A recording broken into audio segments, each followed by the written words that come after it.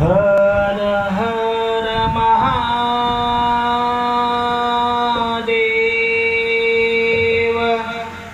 श्रीमद जगद्गुरु पंचाचार्य महाराज की, सद्गुरु राष्ट्रसंत शिवलिंग शिवाचार्य महाराज की जय।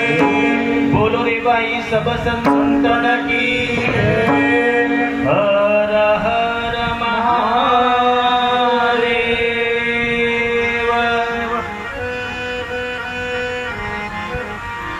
त्वमेव माता च पिता त्वमेव,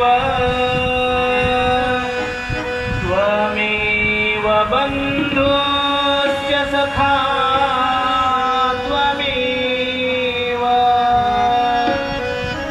त्वमेव विद्या द्रविणं त्वमेव, त्वमेव सर्वं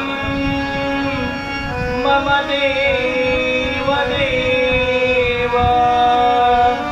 ॐ शान्ति शान्ति शान्ति। त्रैलोक्य संपदालक्ष्य समुल्लेखन भित्तये सच्चिदानंद रूपाय शिवाय ब्रह्मणे नमः, शिवाय ब्रह्मणे नमः।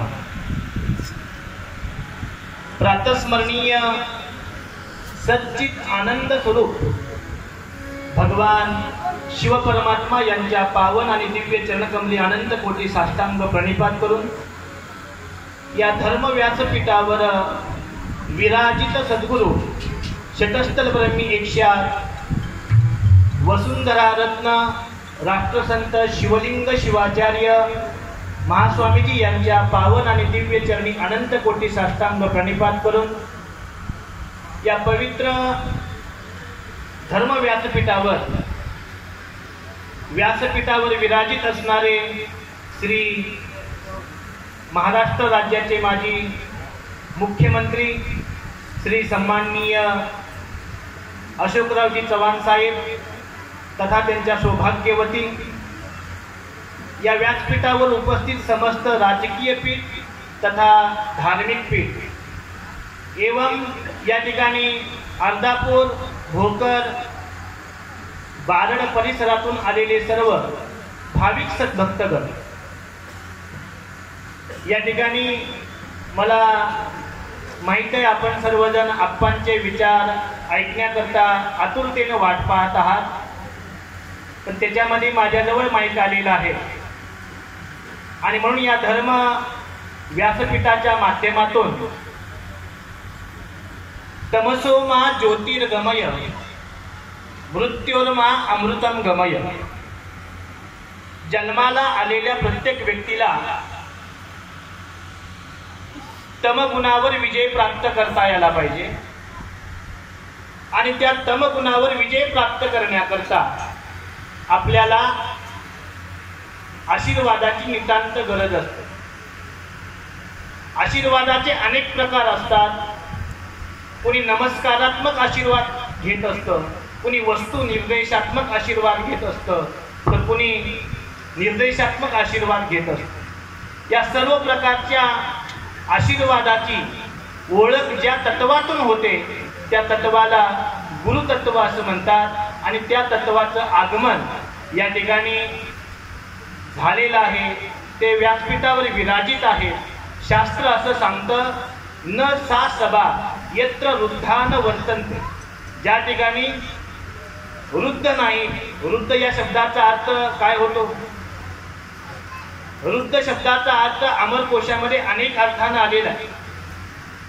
अमरकोश असा सांगतो आपल्याला की आपल्याला एक नेतृत्व प्राप्त करायचं असेल, आपल्याला आपल्या जीवनामध्ये संयम प्राप्त करायचा असेल, तर आपल्याला गुरूंचं नेतृत्व असणं नितांत गरज आहे।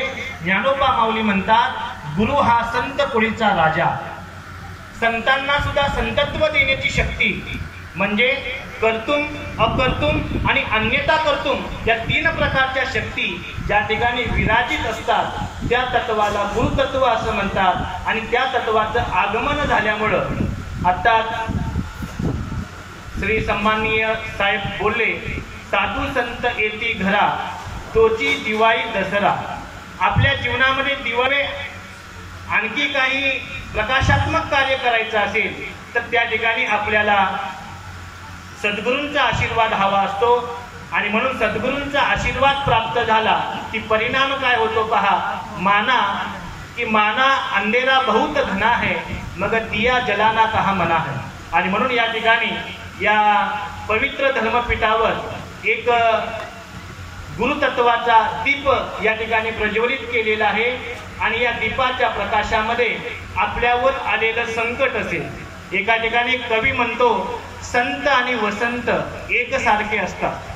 संत आणि वसंत एकसारखे असतात. वसंत आला की प्रकृती हिरवीगार होते आणि संत आलं की हृदय पवित्र होतं. मला वाटते आजच्या या कार्यक्रमामध्ये संत आणि वसंत दोघांचं आगमन झालेलं आहे.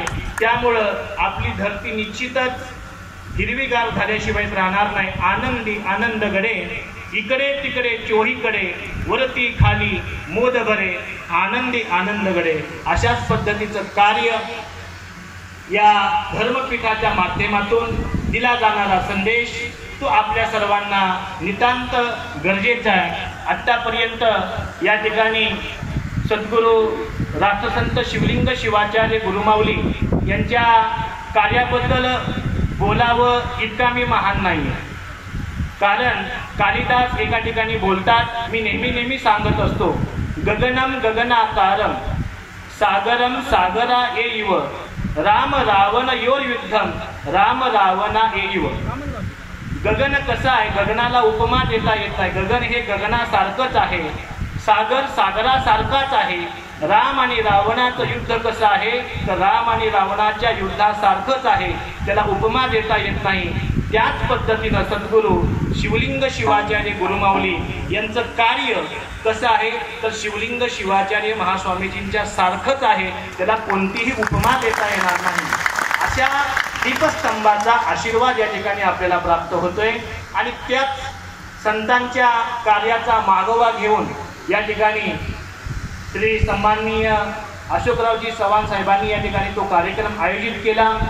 आणि त्या कार्यक्रमामध्ये बोलत असताना मला एक संतांची उक्ती आठवली. असं सांगतात संत, जितने तारे गगन में उतने शत्रु होय, जितने तारे गगन में उतने शत्रु होय, एक कृपा करे रघुवीर बालन बाका होय, बालन बाका होय. निश्चितच सद्गुरूंची आणि संतांची आणि ईश्वराची कृपा झाली तर मनुष्य कोणत्याही संकटातून बाहेर येतो. अशा या धर्म व्यासपीठावर प्रतिपादन करून थांबतो. ओम शांती शांती शांती. स्वामी महाराज की जय. राष्ट्रसंत सद्गुरू शिवलिंग शिवाचार्य महाराज की जय. सद्गुरू दिगंबर शिवाचार्य महाराज की जय.